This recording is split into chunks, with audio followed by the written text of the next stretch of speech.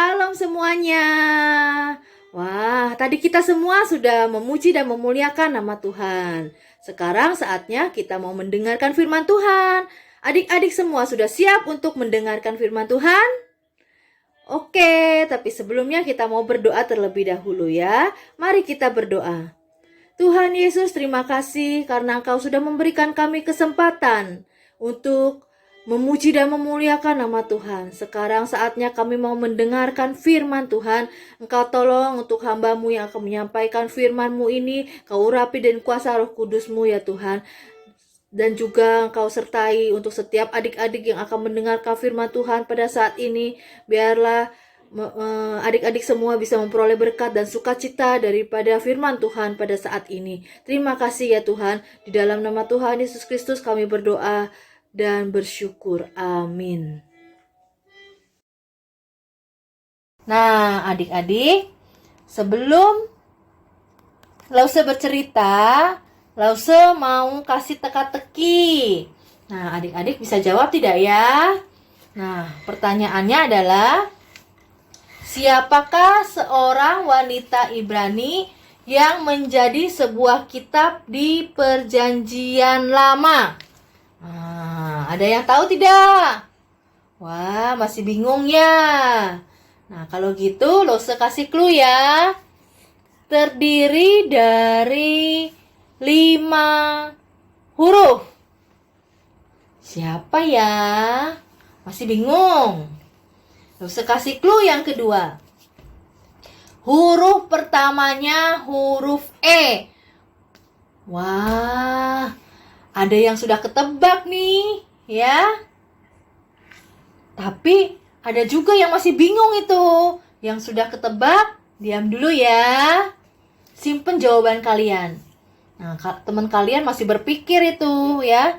Nah, kalau yang masih bingung, Lause kasih clue selanjutnya ya.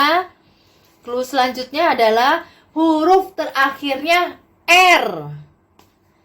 Ayo, dalam sebuah kitab yang huruf pertamanya E, huruf akhirnya R, itu apa ya? Nah, sudah ketebak ya? Nah, siapa adik-adik? Ya, betul. Jawabannya adalah Esther.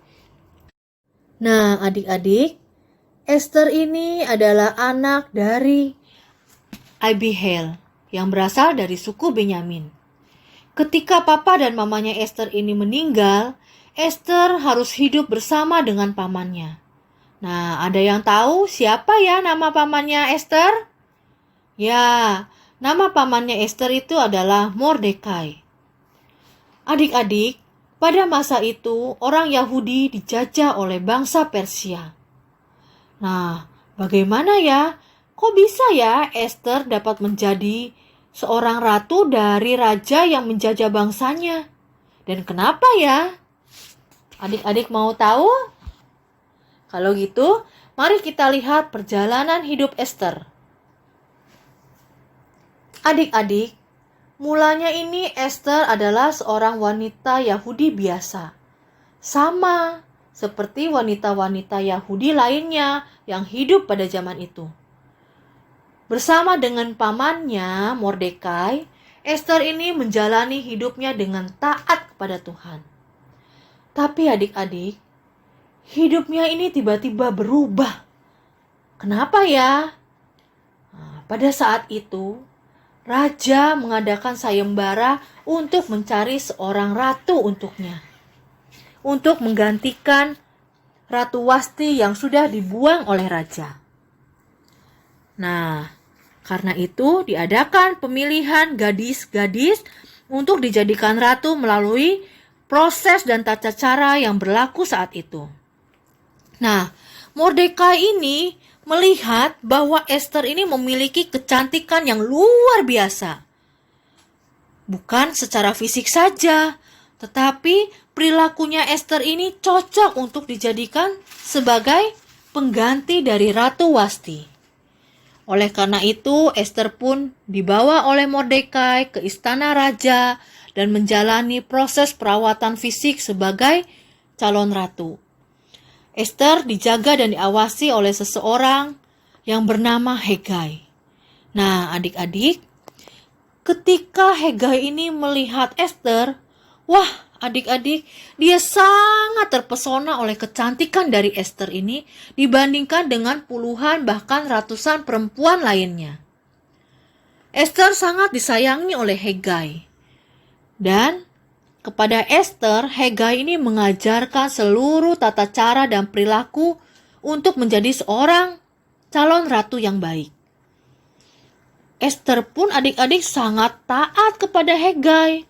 Dia sangat menuruti apa yang dikatakan oleh Hegai. Hingga pada detik-detik terakhir pun, ketika Ester akan menghadap raja, tidak ada kata orang lain yang ingin dia dengarkan, kecuali dari nasihat dari Hegai. Akhirnya adik-adik, raja pun memilih ratu. Siapa ya yang terpilih? Ya adik-adik, ternyata Ester terpilih menjadi ratu. Bahkan adik-adik, sesuatu yang luar biasa bahwa raja sendiri loh yang menaruh mahkota ratu di atas kepalanya Ester. Nah, adik-adik, Ester dipilih menjadi ratu itu bukan semata-mata karena ia cantik, tetapi karena Tuhan yang sudah memilihnya melalui Raja Ahasveros. Adik-adik, Tuhan punya rencana yang besar melalui Ester bagi kebaikan bangsa Yahudi. Nah, adik-adik juga diangkat Tuhan sebagai anaknya itu untuk menjadi berkat bagi banyak orang. Semua kemampuan yang kita miliki ini adalah anugerah Tuhan yang Tuhan berikan kepada kita. Jadi, kemampuan kita itu bukan karena kepandaian kita sendiri, bukan karena kefasihan kita sendiri, tapi semuanya adalah karena Tuhan yang sudah memberikannya kepada kita. Karena Tuhan sudah memberikan semuanya kepada kita, kita harus dengan setia mendengar nasihat dan tuntunan dari Tuhan Yesus. Nah, caranya bagaimana adik-adik? Caranya adalah kita harus rajin membaca dan merenungkan firman Tuhan. Setiap hari ya adik-adik.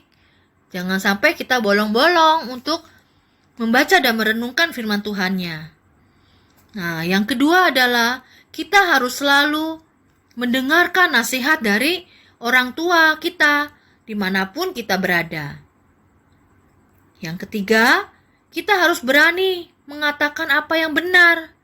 Jadi jika ada teman yang melakukan kesalahan, kita harus berani mengatakan kepada teman kita bahwa itu tidak baik untuk dilakukan. Nah, yang terakhir adalah kita harus rela berkorban bagi sesama. Dengan begitu, maka adik-adik pun dapat menjadi berkat bagi orang lain. Nah, demikianlah firman Tuhan kita pada hari ini ya.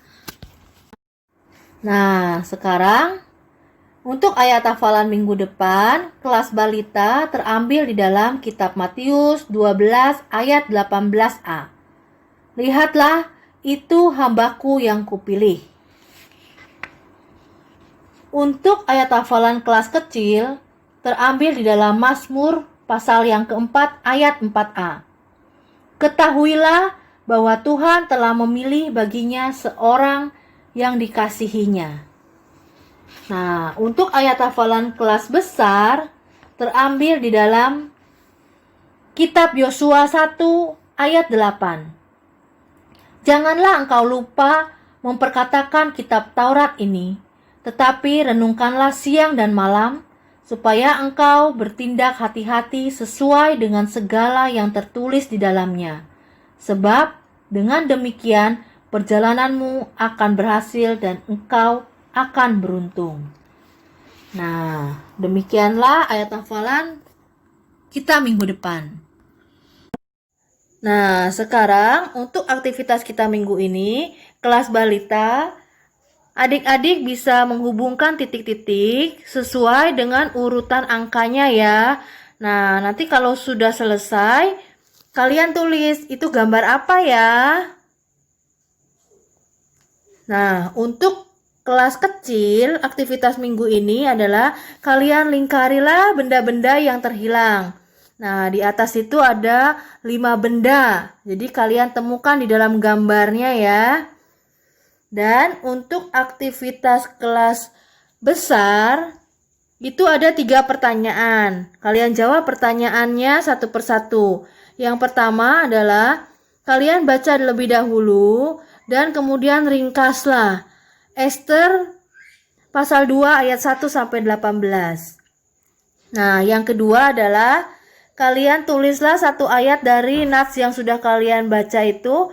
Kira-kira ayat mana yang paling berkesan buat kalian? Dan yang ketiga, kalian tulislah apa yang sudah kalian pelajari dari kisah Ester. Nah, setelah itu kalian jangan lupa ya, kumpulkan ke guru kelasnya masing-masing ya. Ditunggu ya. Nah, sekarang kita akan menutup ibadah kita minggu ini. Mari kita berdoa bersama-sama. Tuhan Yesus, terima kasih karena Engkau sudah menyertai ibadah kami ini dari awal, pertengahan, hingga akhirnya. Kami sungguh bersyukur untuk itu semuanya ya Tuhan.